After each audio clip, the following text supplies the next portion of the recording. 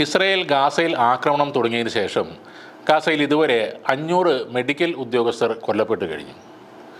കഴിഞ്ഞ ഒക്ടോബറിൽ യുദ്ധം ആരംഭിച്ചതിന് ശേഷം ഗാസയിലുടനീളം മരിച്ച മെഡിക്കൽ ഉദ്യോഗസ്ഥരുടെ കണക്ക് പലസ്തീൻ ആരോഗ്യ മന്ത്രാലയമാണ് ഇപ്പോൾ പുറത്തുവിട്ടിരിക്കുന്നത്.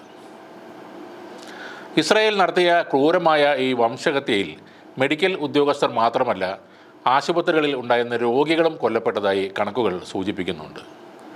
ആശുപത്രി ലക്ഷ്യം വെച്ചുള്ള ഇസ്രായേലിൻ്റെ ആക്രമണത്തിൽ കൊല്ലപ്പെട്ട നിരവധി പേരുടെ മൃതദേഹങ്ങൾ ആശുപത്രികളുടെ പരിസര പ്രദേശങ്ങളിൽ നിന്ന് കണ്ടെത്തിയതായി ഈ റിപ്പോർട്ടുകളിൽ പറയുന്നു.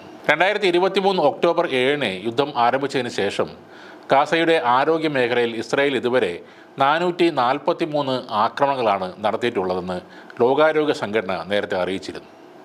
ഈ മാസം 2 ലോകാരോഗ്യ സംഘടന ഈ റിപ്പോർട്ട് പുറത്തുവിട്ടത്.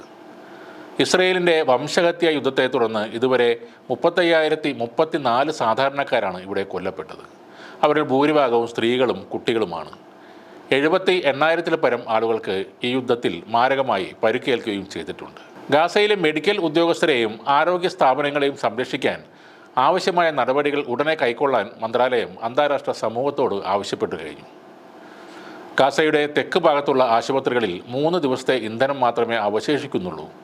അതായത് അവിടുത്തെ എല്ലാ സേവനങ്ങളും ഉടൻ തന്നെ നിലച്ചേക്കാം എന്നാണ് കഴിഞ്ഞ ആഴ്ച വേൾഡ് ഹെൽത്ത് ഓർഗനൈസേഷൻ്റെ ഡയറക്ടർ ജനറൽ ടെഡ്രോസ് ഗബ്രിയോസ് എക്സിൽ പങ്കുവച്ച കുറിപ്പിൽ പറയുന്നത്. തെക്കൻ ഗാസയിലെ ഭീകരമായ മാനുഷിക സാഹചര്യത്തെക്കുറിച്ച് ആശങ്കപ്പെട്ട അദ്ദേഹം ഇസ്രായേൽ നടത്തുന്ന ക്രൂരതകളെ അപലപിക്കുകയും ചെയ്തിരുന്നു.